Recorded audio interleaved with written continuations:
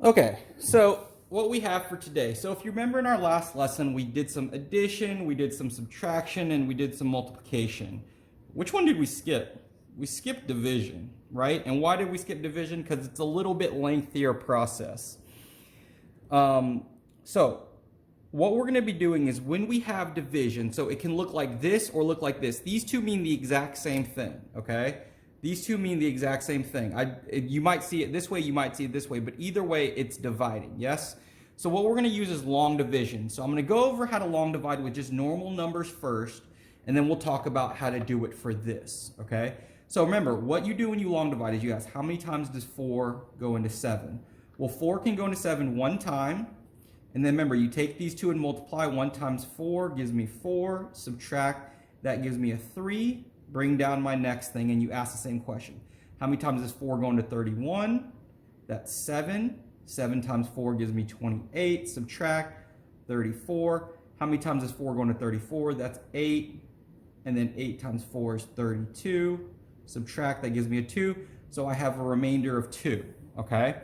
So I'm going to take this concept and use it here. So first I have to set up my little house and what goes in and what goes out.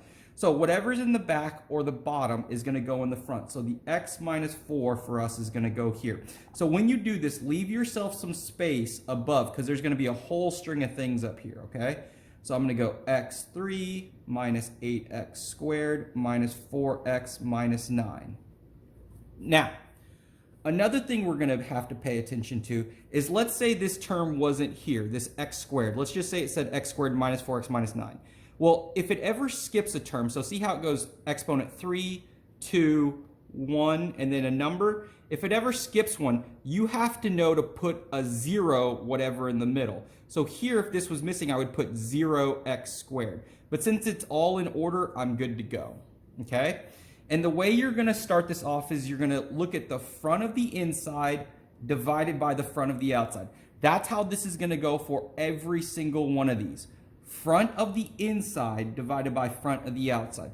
So I'm going to go over here and do some scratch work. So I'm going to go the front of the inside divided by the front of the outside. And remember, when we divide, what do you do with your exponents? You subtract. So this is going to give me x2, okay? That's going to go up here. So the same thing. We asked how many times 4 go into 8. Whatever it is goes up here. Same thing. Once you divide, it goes up here. Then what did we do with this 1 and this 4? We multiplied them. So you're going to do the same thing here.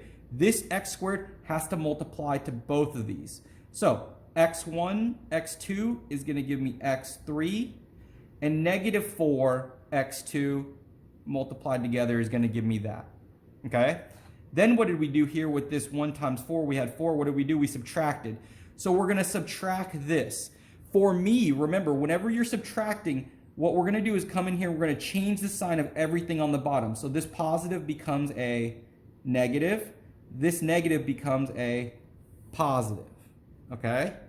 And now we're going to combine. So these two cancel. These two should cancel every single time, that first term. And then it's negative 8x squared plus 4x squared is going to give me negative 4x squared. Then what did I do here? I brought down the 1. I'm going to bring down my very next term. And I'm going to start the process all over again. So really what this is one set of instructions, and you just keep running it back, running it back. So again, the front of the inside divided by the front of the outside. So negative 4x squared divided by x to the 1. So negative 4 divided by 1 is going to give me a negative 4. And what do we do with our exponents when we divide? We subtract. So this is going to give me x to the 1. So this gives me a negative 4x squared. Okay? Then you take this one and do what with it? Multiply it by both of these. So negative 4x squared, x1. So that's going to give me negative 4, or sorry, 4x1, it's x1. So 4x1. So negative 4 times 1 is going to give me a negative 4. x1 is going to give me x2. And then negative 4 times negative 4 is going to give me a positive 16, and then it has an x, so the x is going to go there. I'm going to subtract this line now. So remember, subtraction, all I'm going to do is come in here and change these signs. So this becomes a what? Positive, and this becomes a what? Negative. This cancels. Remember, the first term should cancel every single time. And negative 4, negative 16 gives me negative 20x. And then I bring down my last term. So this is the last time through. Once you bring down this last one, you only have one more time to go through.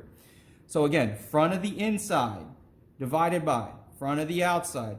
So I'm going to go negative 20x divided by x. And now x1, 1 minus 1 is 0. So what am I just left with? This is just going to be negative 20. So minus 20. Take this, multiply it by both of these. So you get minus 20x plus 80. Subtract. So what do I do? This becomes a positive. This becomes a negative. And this becomes negative 89. This is my remainder. And the way you're going to write a remainder is this. Since this is negative, I'm going to put a minus sign. And I'm going to put this number over whatever I was dividing by, x minus 4. And this right here is my answer. So remember, for this, what's important is you're doing the same process, but you're just doing it as many times until you run out of numbers to pull down. So what did I do? I always did the front of the inside divided by the front of the outside. Got that number, that goes here. Multiply, subtract, aka change my signs, subtract them, bring down the next one, and start it all over again. So if you can remember those 3 steps, you just keep running it back over and over and over again, okay? And that's what we got for today. Let's go.